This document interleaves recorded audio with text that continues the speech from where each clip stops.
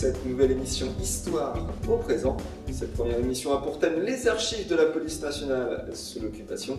Pour nous guider dans notre enquête, nous avons rencontré Jean-Marc Berlière, historien et spécialiste des polices sous l'occupation. Nous lui avons demandé comment fait-on parler les archives et la particularité de ces documents.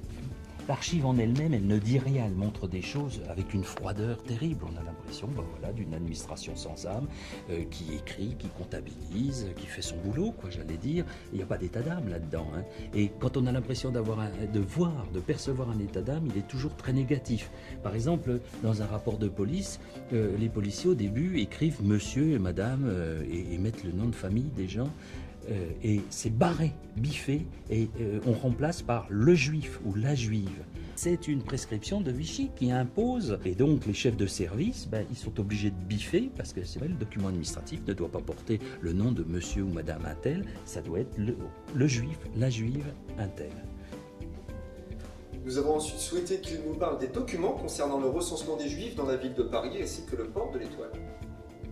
Les autorités allemandes imposent une ordonnance fin septembre 1940 qui impose donc aux Juifs de se faire recenser. Ce recensement, puis ensuite le fichier qui en est issu, vont servir à une répression de plus en plus dure, évidemment, qui va monter en puissance.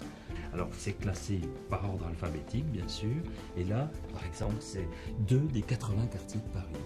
Et vous avez là la liste des gens qui ont dû obéir à cette ordonnance allemande. Il se trouve que les Allemands demandaient que les Juifs portent cette étoile depuis, moi j'ai trouvé des demandes très pressantes, depuis l'automne, disons, 1941.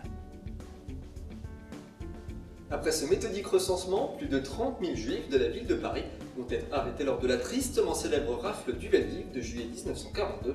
On retrouve bien sûr dans les archives de la police la liste de toutes les personnes arrêtées, mais qu'advient-il d'elles ensuite? Les archives nous donnent-elles d'autres renseignements? Quand des gens arrivent à Drancy, sont bien évidemment enregistrés et fouillés. Alors ce que vous avez là, ce sont des listes donc de gens qui sont arrivés à Drancy. Alors vous avez le numéro de la feuille, la table, et vous avez les noms des gens. Et puis vous avez donc, regardez, donc nom, prénom, date et lieu de naissance. Alors une montre en nickel, une montre en métal blanc, etc.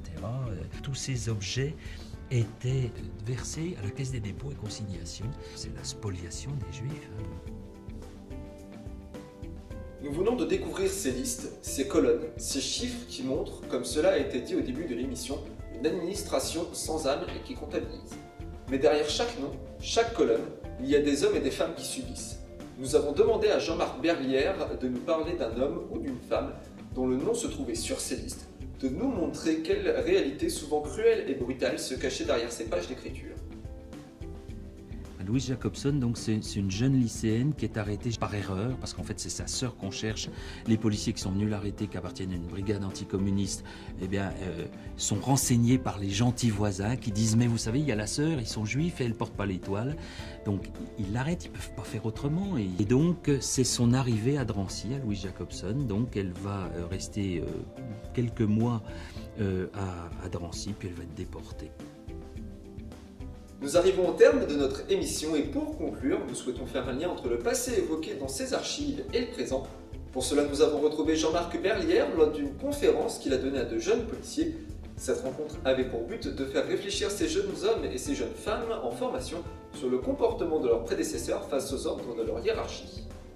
Vous recevez donc ces ordres, et qu'est-ce que vous faites? L'émission se termine. Jean-Marc Berlière nous a dévoilé une partie des archives qui seront ouvertes au public dès 2015 à la préfecture de police de Paris. Je vous remercie de votre attention et vous donne rendez-vous la semaine prochaine pour un nouveau sujet de l'histoire au présent. Bonne soirée.